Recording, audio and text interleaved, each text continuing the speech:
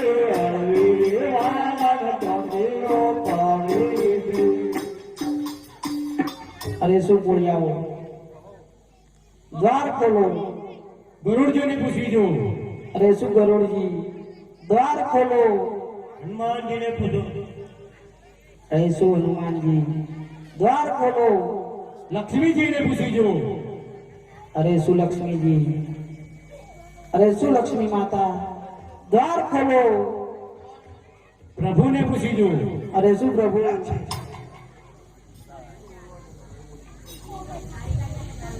ભગવાન ને અજમરાય નમસ્કાર છે ભક્તને મારા નમસ્કાર છે અરે શું પ્રભુ અરે શુભરાજ આજે એવું તે તમારે શું કામ પડ્યું તમારે છેક પોકરણગઢથી એ દ્વારકા નગરીની અંદર આવવું પડ્યું અરે શું પ્રભુ અહો આજે અમે તો એક કાળા માથેના માનવી છીએ તો અમારે તો દુઃખ હોય પરંતુ પ્રભુ એ આટા રે પાટા રે પ્રભુ છે ના બોધ્યા છે એ આટા રે પાટા રે પ્રભુ તલા રે બોધા છે એ છે દીવાય છે લોટી તારા રે આટા રે પાટા રે પ્રભુ છે ના બોધ્યા છે એ ચાલે દેલયા ને દારો રે આટા રે પાટા પ્રભુ તલા રે બોધા છે હે લાડીલા પત્તર હે મુझ में लड़वा माया છે હે લાગીલા ભક્તિ મુझ में લડવા મારા છે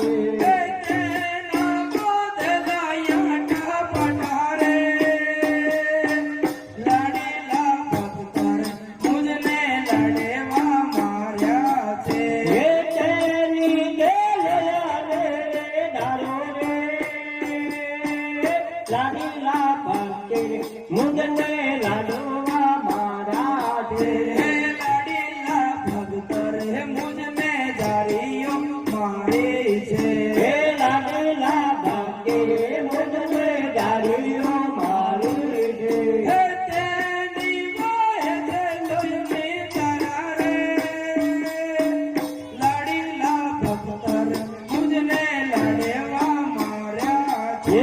તેની દેલયાની રે દારો રે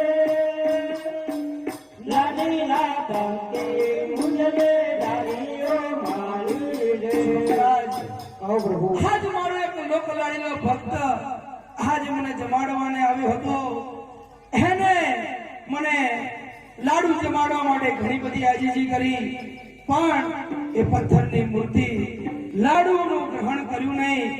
એટલા માટે મારા ભક્તરાજને એને ક્રોધ ચડ્યો. એટલા માટે લાડુ મારવાથી પણ એને એમ થયું કે ભક્ત કેમ ભગવાન કેમ બોલતા નથી. એટલા માટે જે પાણીની ઝારી લઈને આવ્યો હતો એના પણ મારા ભગતે મને છૂટા ઘા કર્યા. આ લોહીની ધારા અને આટા પાટા એના બાજ્યા છે. અરે શું પ્રભુ, કહો ભક્તરાજ. આજે તમારો એ ભક્ત હું જ છું, અને મેં તો એક પથ્થરની મૂર્તિને જાળી અને લાડુ માર્યા હતા, માટે તમને કેવી રીતે અરે વાગે? શું ભક્તરાજ, કહો. આજ તમે એમ કહો છો કે મેં પથ્થરની મૂર્તિને મેં લાડુ માર્યા હતા એમ ને? હા પ્રભુ. જ્યારે તમે એક પથ્થરની મૂર્તિને તમે જ્યારે લાડુ જમાડવા આવ્યા હતા, એ મૂર્તિની અંદર હું સાક્ષાત એમાં મારો વાસ હતો. એટલા માટે એ લાડુ અને જારીનો ઘા મને વાગ્યો છે. અરે શું પ્રભુ, કહો તમે ભક્તરાજ. એમ કહો છો કે હું એક પથ્થરમાં પણ વસું છું? હા ભક્તરાજ, હું ઝાડ પાન પશુ પંખી, હું આ સૃષ્ટિની અંદર કણ કણમાં સમાયેલો છું. ભક્તરાજ, એ આટલો ગુનો રે મારો માફ કરો રે, આટલો ગુનો રે મારો માફ કરો રે, એ હવેથી નહીં કરીએ ભૂલ્યો રે, આટલો ગુનો રે મારો માફ કરો રે, એ આવે કે નહીં કાઢો ભૂલ્યો રે, આટલો ગુનો રે મારો માફ કરો રે. જય આટલો ગુનો રે તમારો મહાપે કરો છો. એ આટલો ગુનો રે તમારા માથે કરું છું. જય અવતી નવ કરતા ભૂલ્યો રે, આટલો ગુનો રે તમારો મહાપે કરો છો. એ આવે કે ના કરતા ભૂલ્યો રે, આટલો ગુનો રે મારો માફ કરો રે. જય ચરણે નમીને યુવતો રે, આટલો ગુનો રે તમારો મહાપે કરો છો. એ ચરણે નામને ઉભા થાઓ રે, આટલો ગુનો રે તમારા માથે કરો રે. એ ચરણે નમીને અમે ઊભા રે થયા. એ ચરણે નામને ઉભા થયા રે, આટલો ગુનો રે મારો માફ કરો રે. અરે શું ભક્તરાજ, કહો પ્રભુ.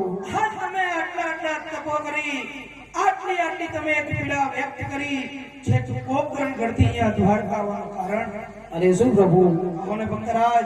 આજે હું એવા સ્વાર્થ માટે આવ્યો છું, અને બીજું એ કે પુણ્યરથનું કામ છે, એટલા માટે મારે તપ કરી અને અહીંયા આવવું પડ્યું. શું ભક્તરાજ, કહો.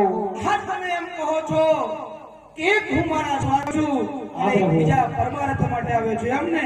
હા, પ્રભુ. ભક્તરાજ, સ્વાર્થ આ યુગની અંદર સ્વાર્થ તો સૌ કોઈ કરે, પણ પરમાર્થ ન કરે કોઈ. માટે એવું કે તમારું કયું પરમાર્થનું કાર્ય છે, તો તમે છે પોકરણ ઘડતી અહીંયા દ્વારકા આવ્યા. અરે શું પ્રભુ, કહો ભક્તરાજ. આજે મારો સ્વાર્થ છે કે હું અજમલરાય પોતે વાંચ્યો છું. મારે સવાસર માટીની ખોટ છે, અને પુણ્યરથનું કામ એ છે કે એ ભેરો અને એક દિલ્હીનો બાદશાહ મારી પ્રજાને બહુ હેરાન કરે છે, એ માટે થઈ અને હું અહીંયા આવ્યો છું. ભક્તરાજ, કહો. આજ તમારું કહેવું એવું છે કે તમારા પોકરણગઢની ધરતી ઉપર એક ભૈરવ નામનો રાક્ષસ અને દિલ્હીનો બાદશાહ બહુ હાહાકાર મચાવી રહ્યો છે એમને?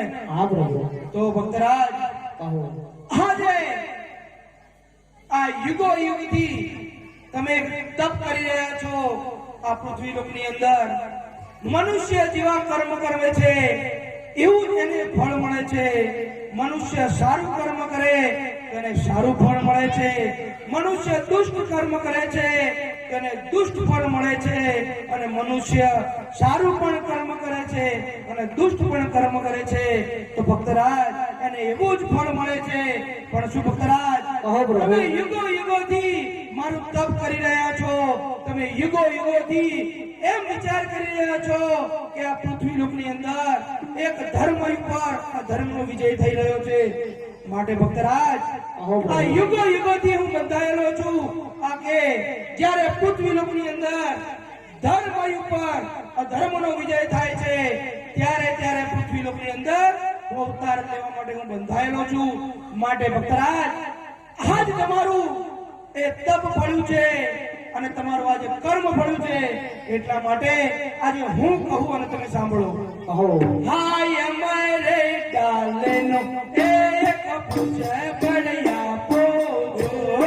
અમારે ડાળીનો પહેલો કપાયા પોદો. હાય અમારે ડાલેનો પેલો પૂછ પડ્યા પોજો. હે અમારે ડાળીનો પહેલો કપાયા પોદો. તેની કરજો રે નવવાસ સેવારે. યમરે ડાલેનો પેલો પૂછ પડ્યા પોજો. તેની કરજો નવવાસ સેવારે. અમારે ડાળીનો પહેલો કપાયા પોદો. કહો પ્રભુ. આજ તમે તમારા સ્વાર્થે આવ્યા છો તો અમર ડાળીને તમને પુષ્પ આપ્યું છે. જાઓ ભક્તરાજ, આ પુષ્પને તમે તમારા નગરમાં જઈને તમારા મહેલમાં એને તમે 9 માસ તમે નર અને નારી ભેગા મળી સેવા કરજો. 9 માસના અંતે તમારે ત્યાં એક દીકરાનો જન્મ થશે અને તમારું વાંચ્યા મેળો દૂર થશે. અરે શું પ્રભુ,